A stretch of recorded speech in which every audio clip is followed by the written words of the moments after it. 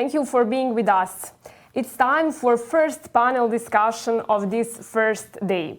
I would like to welcome my colleague Damir Muharemović, Editor-in-Chief of A&S Adria magazine. Damir, welcome and give us some introduction of this topic. Thank you, Alma. I would like to welcome all guests to our third Security Summit virtual event.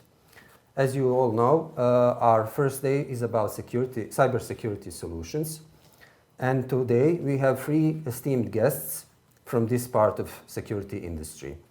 Our topic for our first panel discussion is managing private and corporate data from cloud to GDPR.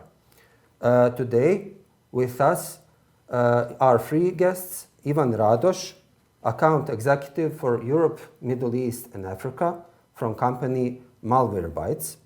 Then Marko Gulan, Cybersecurity Specialist from Schneider Electric. And Branko Petrović, Site Reliability Engineer from Ministry of Programming. I would like to welcome our guests. First topic is about cloud, data and privacy protection in cloud. As you all are aware, companies are moving to cloud to all of their digital assets, services, and databases. What's important for us is how to protect those data. And our first guest, Ivan, will be talking about 5 challenges with data transfer to cloud. So please, Ivan, can you join us and start with your session? Yes, good morning, everybody. Thank you for accepting me and for giving me this opportunity. I'll just kick off with, since the topic is migration to cloud and security. Well, in migration to cloud, there are 5 challenges in general that companies face today. Majority, it's all about: are we allowed to move the data to the cloud at all? Is my data secure, and who has access to them? And are customers dependent on sole vendor or provider or technology when they decide to move their data to the cloud? Of course, it's always important to mention that skill gap. Do teams have the knowledge for migration and use of data in the cloud? And of course, total cost of ownership. If shall we invest in existing data centers and how to use these investments? So I would just like to mention these 5 before my colleagues have something to say to the same topic.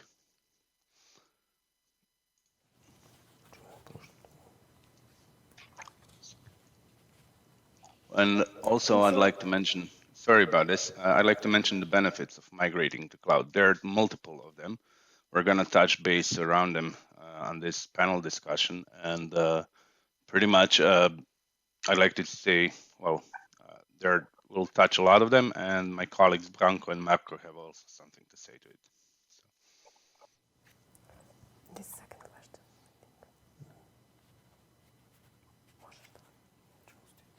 Mm-hmm.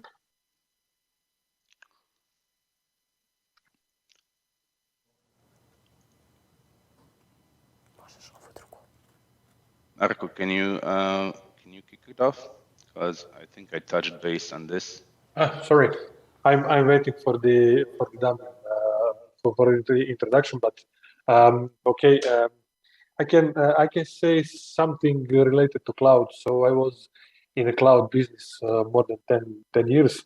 And when we are talking about the cloud and cyber security, we are mostly thinking about IT. And when we are talking about these benefits about cloud, we are talking about IT benefits.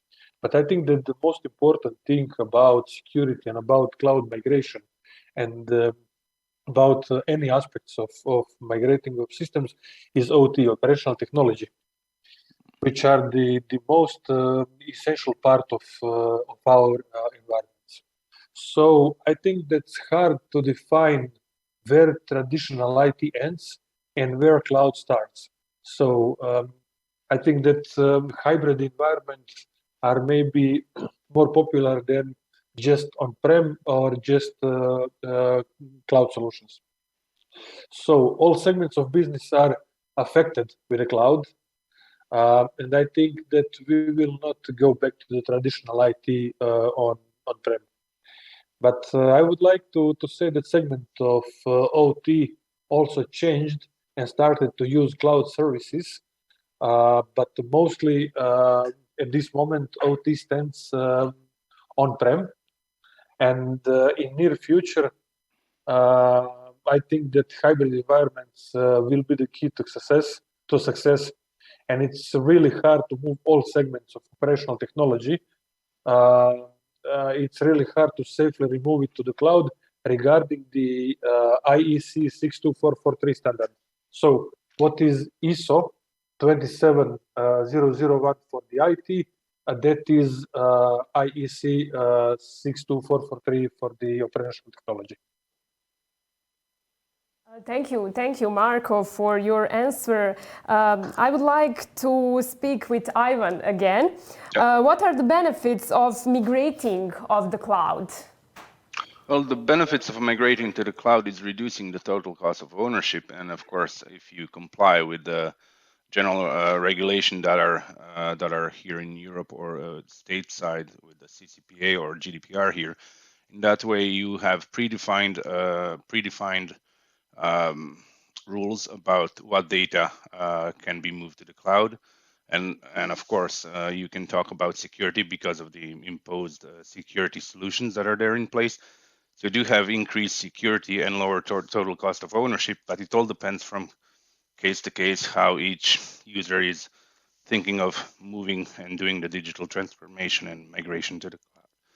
Pretty much, well, the benefits are multiple. We're using multiple services today, like Gmail for one instance. You have complete access to it from all over the world, wherever you are. So yeah, I mean, using the cloud is very much not the trend. It's a new way of doing business, because you do have this infrastructure in place that people will utilize, and they will try to migrate the majority of services to the cloud moving forward. So yeah, benefits are huge.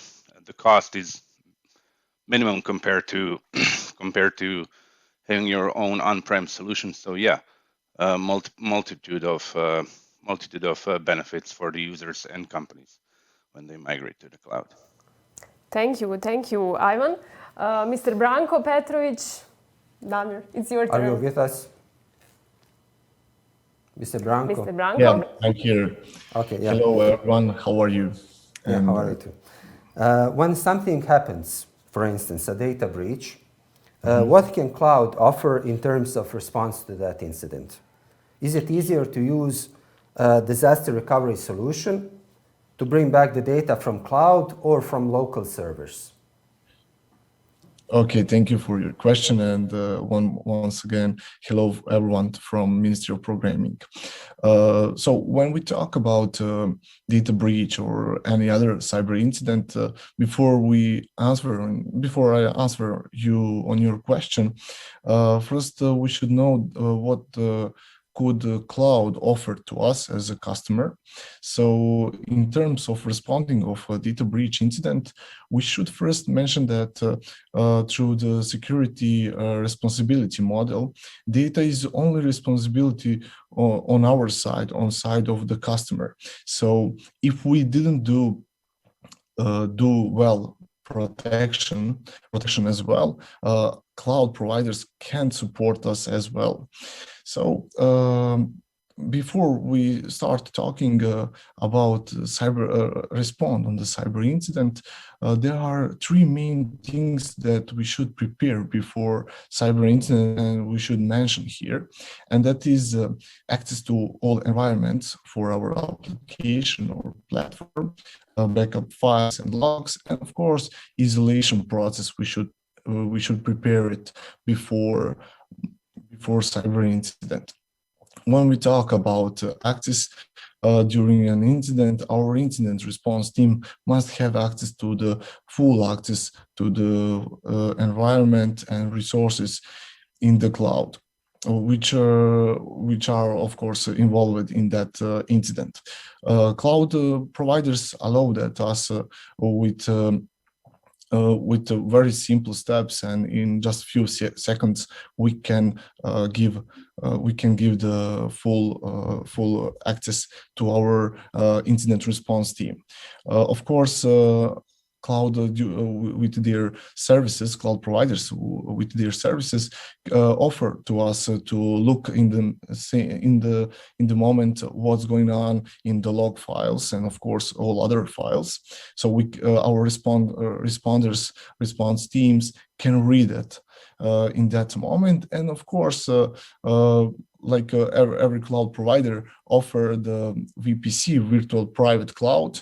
We can do some also automation thing with isolation process, where we from what is very important from business side of the company, of the application or platform, that is the end users don't understand that there is some cyber incident, or they just normal continuous work and use that application and platform. So would you say that a cloud is a benefit or a challenge for companies? If we have enough educated people in the companies, cloud is a benefit, and it supports our security. But if not, you know the answer. Yes, definitely. Thank you, Branko. Mr. Marko, you again. Is it the right time to start talking about cloud exit strategies? A corporate plan developed to ensure that the cloud services that support business activities can be replaced or replicated efficiently without significant disruption. So I think that right time to start talk about cloud exit strategy was 10 years ago when cloud came to the market. But I think that cloud exit strategy has to be primary document when companies talk about cloud with the cloud providers. Every business relationship starts with terms and conditions where both sides define rights and obligations. So when we are talking about cloud, we have terms and services, but we do not have defined one detail. In the most cases, we are talking just about prices, confidential of data, performance, maybe future scale, but we do not know what consequences we will have if some of these sides of this relationship break up.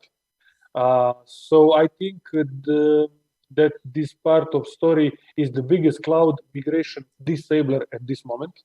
So companies have feeling that they are vendor locked in, and they have very big inside struggles when they have to sign cloud agreements. So yeah, the exit cloud strategy have to define format of the data and how will the data remove to some other cloud providers. Also, I think that it is easier to talk about cloud exit strategy, and that talks are more flexible when you are talking with local cloud providers. So if you are speaking with global cloud providers, you have defined exit strategy and you cannot change it. Thank you, Marko. I would like to move to Ivan again. A second part of this panel discussion will be about security awareness in companies. What are the attack vectors in data breach in corporate sector? Okay, well, I'm glad you asked that. Well, in computer security, an attack vector is a specific path, method, or scenario that can be exploited to break into any IT system, thus compromising its security. There are multitude of attack vectors that need to be covered. We're just going to touch base on a few of them. Like most known are phishing attacks. You've heard about those in the past. Removable media attacks, password and authentication breaches, physical security breaches even. We have to consider also mobile device security and how they open up a new vector for attack on your environment or any other business's environment. We've seen as of 2020 working remotely, right? So a lot of people have started to work from home, which opened up a completely new threat landscape and possibilities of attack through remote desktop connection, RDP ports that were left open. Then, of course, we have to always consider open public Wi-Fi networks, who are actually honeypots for perpetrators, where when users are logging in. Cloud security, it's still a working process. It's always improving with new techniques and technologies that are being put onto that access to the cloud and how to control the data that resides there.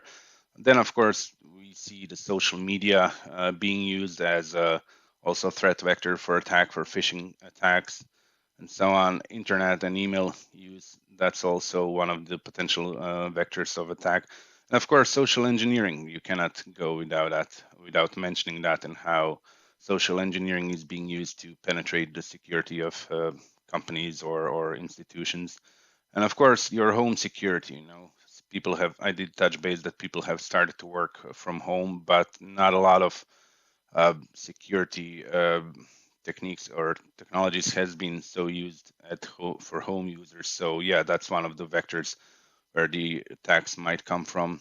We have to mention also the Internet of Things, which really opened up the attack vector. And yeah, supply chain, they're also vulnerable to attacks. So we've seen that in the past as well. So those are just some of the most key attack vectors that perpetrators are using right now in the world. So yeah, we have to protect them. From all of those attack vectors, which one is the most common in your opinion? Well, the most common is our phishing attacks that we've seen so far, the social engineering, and quite recently it was working remotely attacks through RDP ports, which were left open, and they left the users vulnerable. So yeah, those were in the last 2-3 years. Actually, as of 2020 onwards, those were the most common used ones. How do you battle phishing attacks, for instance? Well, phishing attacks, you have to create security awareness in companies in order to try to reduce it.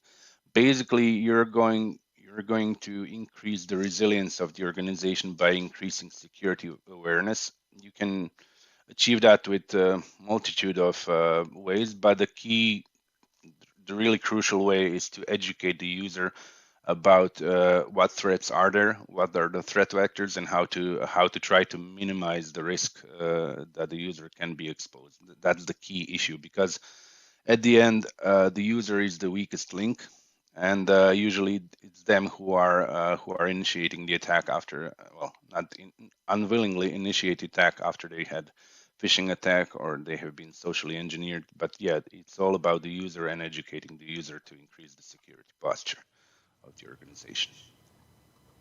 Thank you, Mr. Ivan. Marko, question for you. Security awareness in companies. We heard about the damage cyber attacks can do to companies. What has to be done to increase security awareness of managements and employees in order to protect their working environments or minimize the threat? Is restriction policy a way to do that? So we have few things that I would like to emphasize here. So we have two critical points for the cybersecurity. We have technology, and technology is just caused 15% of the cyber attacks. So 85% of the attacks are caused by the people wrong steps or clicks. So as Ivan said, the awareness trainings are I think, most critical part in the companies. The second thing which I have to talk about is, I don't know, does anyone know how long cyber attack lasts? So approximately it's 180 days from the point when cyber criminal came in your system and he is camping inside and collecting information, and after that approximate 180 days he made attack in maybe second, minutes, or 1 hour. So that second point of cybersecurity, we have to implement tools which can told us some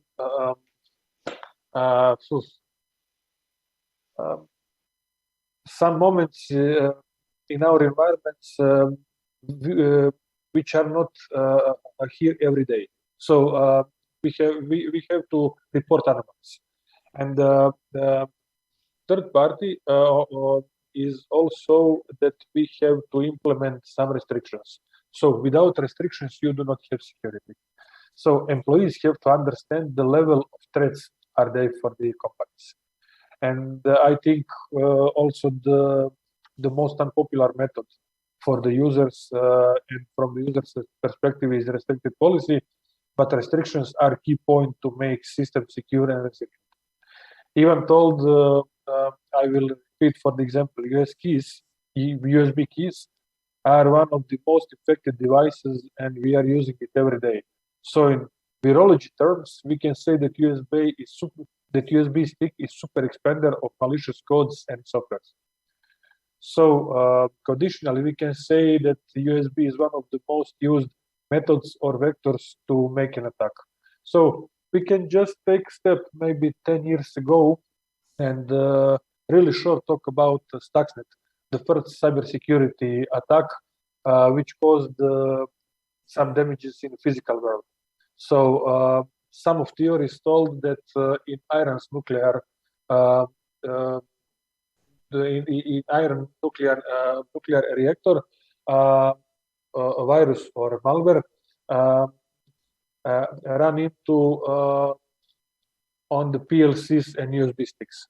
So if we can say some fun fact of USBs, one of the oldest tricks when company have ISO 27001 audits is that the auditor come to employee and ask him to print some material from USB which he or her gives to them.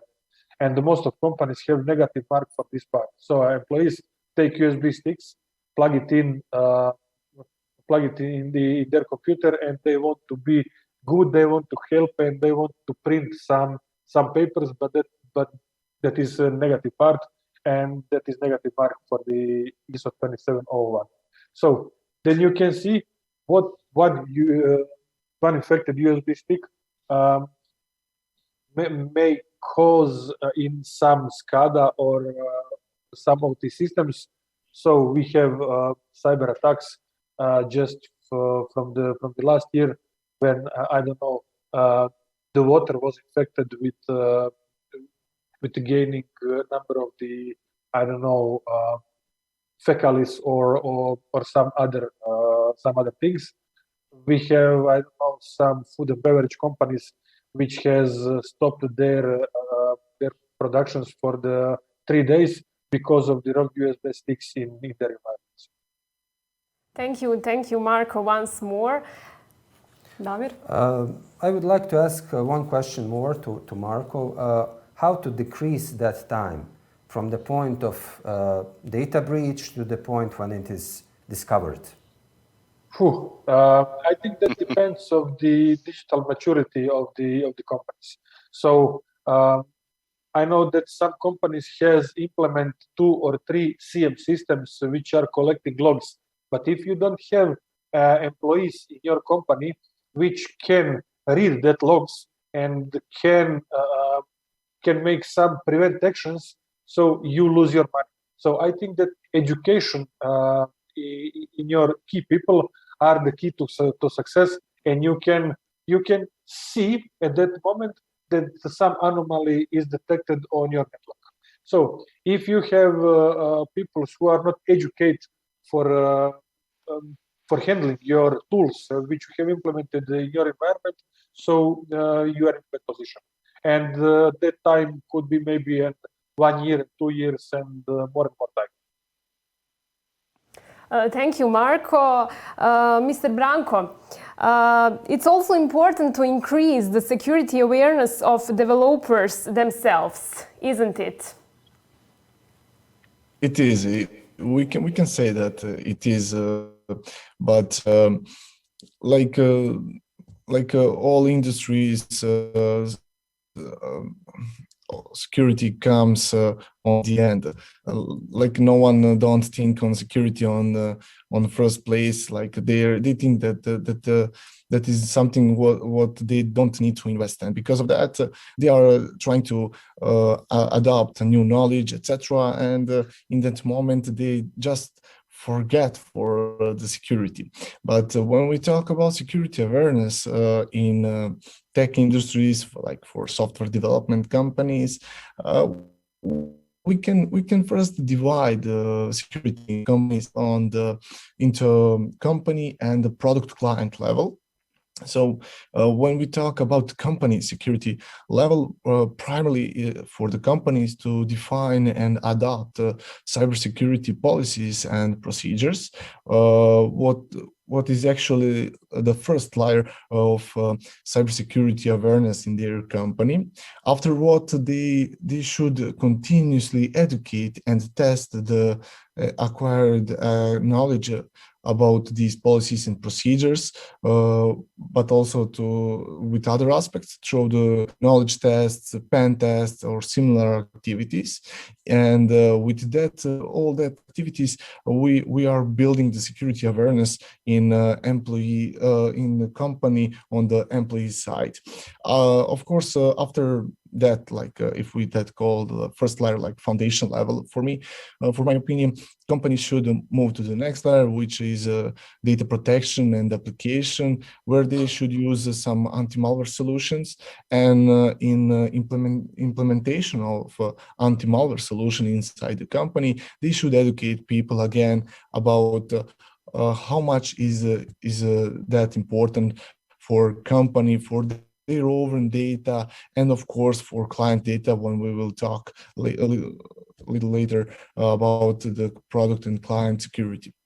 So education is the main activity for building security awareness, not only on company security level, also on the product and client security level, where should they educate. If we talk about like developers, they should know what is a privacy by design framework, security by design, what principles are, as we know that GDPR principles is same as a privacy by design principles. So it's also important that a company have some kind of process how to check the security code quality. They can use a lot of tools or linters or however, and after that they can review that code and educate the people in their company, do some trainings and workshops just to build up and go up with the level of code security. So that's my opinion. What should tech companies, software development companies do about security awareness? And I just want to add one comment. You talk about incident response team and how much time, how we can have as short as we can time to respond on some cyber incident. We should know also that some companies don't have enough resources for their cyber incident demand on-demand team, dedicated team. So they should do like a sleepers team. Like they have people who know something about security. Some of them are engineers, like DevOps engineers, DevSecOps, SREs, etc. And they should just educate them about incident response and use that team when incident came on the surface. Yeah. When we know that there is a cyber incident. So that is like my opinion. What should companies do if they don't have their incident response team, dedicated incident response team, and they need to respond short as they can. Thank you, Branko. I would like to move to the third part. Branko, you again. As you all know, GDPR is probably the toughest data protection law in European Union and the world. But there are some new standard contractual clauses which will affect all companies through data controllers and processors. Can you tell us more about that? Yeah, of course. GDPR, like European Commission last year, adopt a new standard contractual clauses for third party for companies in third party countries. When they write third party countries, they think like outside of European Union. And according that new standard contractual clauses, it doesn't matter are they processors on controllers, if they are using or process from some reason data from EU citizens, they should have new standard contractual clauses with their partners and clients inside the European Union, and this new standard contractual clauses ensuring appropriate data protection safeguards that can be used as a ground for data transfers from EU to third countries, and they give the period about 18 months to adopt their data processing agreements between the controllers and processors. And one very important thing to mention when we talk about these new STTs, and that is it is modular and with predefined text. So like every company it's good to have a lawyer in that moment, but without lawyer, they can make their own data processing agreement with new STTs. And there is some principles what are same like in GDPR. So for companies who are already complied with the GDPR, they don't have problem with this, and it's like just a simple process, but they should check all things, like all checks what's going on in that new STCs, and are they respect that, and are they using that in the properly way. Well, when you mentioned 18 months, that is from the time of making a contract, is it? No, that is the time from adopting this policy, what was 4th June, and there is also they postponed something in September. So the end of this year, everyone should already have signed a new STTs, and it's just a new format of data processing agreements. What they should already do that before this.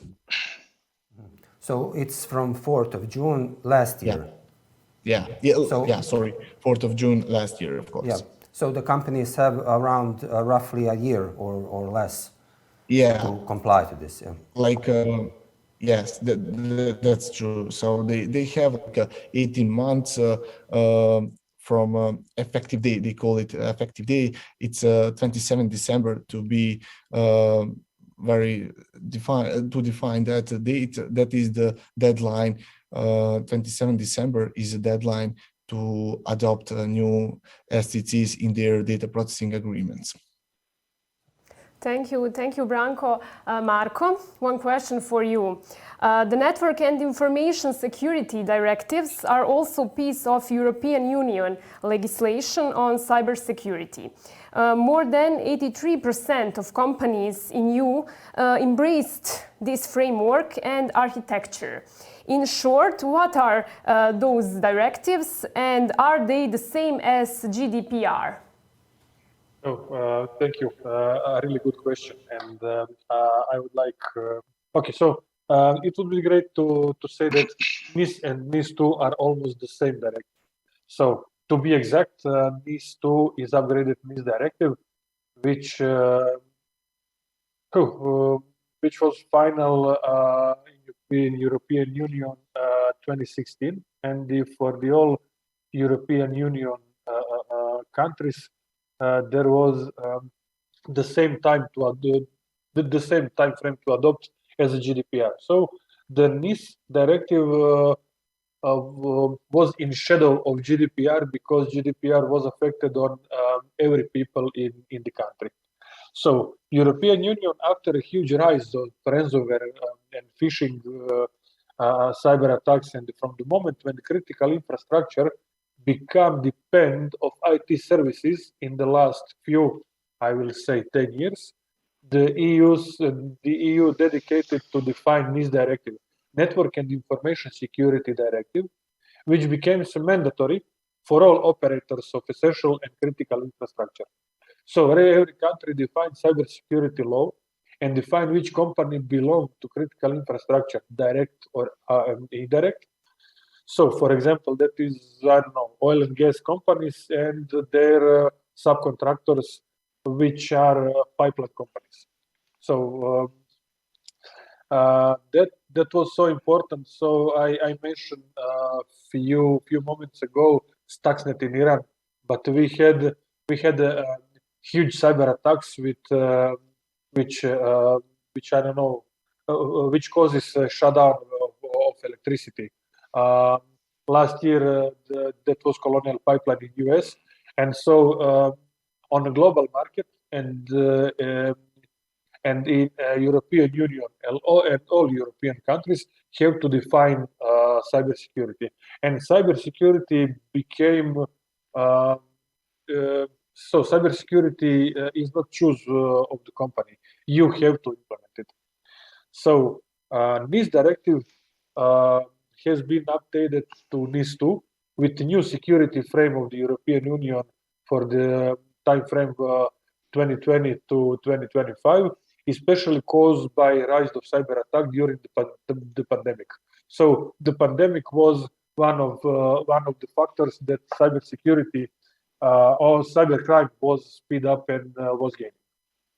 So hacktivism and nation-sponsored attacks are also in rise, and the NIS2 directive have to help boost cyber resilience and take companies out of the continuous cycle of the cyber attacks. So NIS2 directive will affect most companies on the European Union market. So this directive was affected to the critical infrastructure. NIS2 directive will cover food and beverage companies, chemical company, I don't know, posts, and everything which makes our life better from day to day. So with the NIS2 directive, cybersecurity becomes a legal obligation, not a choice. So likewise, companies that disobey the law and are affected will pay a fine of 20 billion euros or 2% of annual revenues, whichever is higher. So it is the same like at the GDPR. So GDPR is taking just how we are processing and keeping data. This directive told us how we have to protect our information systems, that data breaches will not be on the market, and GDPR, so that we don't have a bad causes of breaking GDPR laws. Thank you. Thank you, Marko. And I would like to move to Ivan again. What about the trends in other countries? For instance, California recently enacted CPA. Can you tell us more about that? Yeah, yes, of course. Well, that's a step in the right direction, definitely, also from the US, like the GDPR is in the EU. The CCPA is actually in effect as of January 2020, and it requires businesses' privacy policies to include information on consumers' privacy rights and how to exercise them. Basically, it deals with four general rights that have came out of that, and those are the right to know, the right to delete, the right to opt out of sale, and right to non-discrimination. The biggest difference between CPA and GDPR is the use of personal data.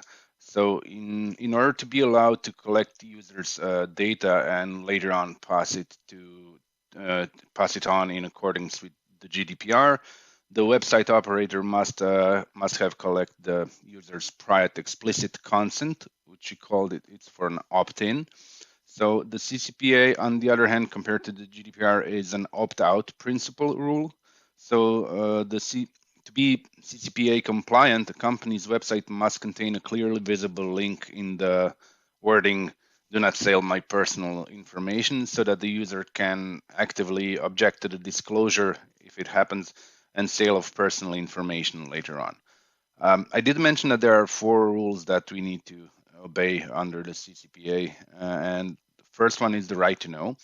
Basically, it comes down to that the user can request a full report from a company or organization at any time, and also retrospectively for the last 12 months on what data was collected, stored, and for what purpose, right? So that's one of the key rights that a user has. The second one is the right to delete. Basically, self-explanatory. The website the user has visited, he has the right to request the deletion of his or her personal data that the site might have been collecting. The right to opt out of sale. Well, basically, a consumer has the right at any time to direct a business that sells personal information about the consumer to third parties not to sell the consumer's personal information. So he has the right to opt out of it. Basically, and the last right that is covered by the CPA is the right to non-discrimination. The CPA directly prohibits its businesses from discriminating against consumers who choose to exercise their CPA rights. And it means that when you submit a request to know or request to delete or request to opt out of business, that business cannot deny you goods or services. That basically they cannot charge you for a different price for the goods and services, including the use of discounts through the use of penalties. So there's no way that they can penalize you in that case. And it can provide you a different level of quality of their goods and services. So as the right to non-discrimination is effective across the board, there is no specific request that you need to actually make in order to exercise that right. But yeah, it's there. So I hope that I explained a bit the CPA compared to GDPR. Yes. What about other American countries? Will they also enact some form of CCPA? Yes, that's a great question. Currently, this is only in effect in the state of California and only for Californian residents and companies that have headquarters in California. I did hear that there is also talk about state of Virginia that's going to impose similar law. But yeah, those are only two ones that we currently know of right now. For the last, how this will affect, for instance, European companies working with American market or American companies? What will they have to do to comply with this act? So majority of companies that, well, to be fair, the majority of technological companies come from California, so they're already encompassed by that rule. Others are in EU. Majority of users and companies are protected by GDPR, so we are covered here. When it comes to countries outside that, it also applies to the CPA, where majority of technological companies come from. So you are covered in that. Otherwise, there are local legislations that are in place in different countries, but it's still early, or some countries are following that example. are trying to impose such rules and regulations on their own legislations. So yeah, everybody's going in that direction, to be fair. Thank you, Ivan. First of all, I would like to thank to my colleague Damir for this moderation with me. Thank you, Marko, Ivan, and Branko for this great panel discussion. Bye.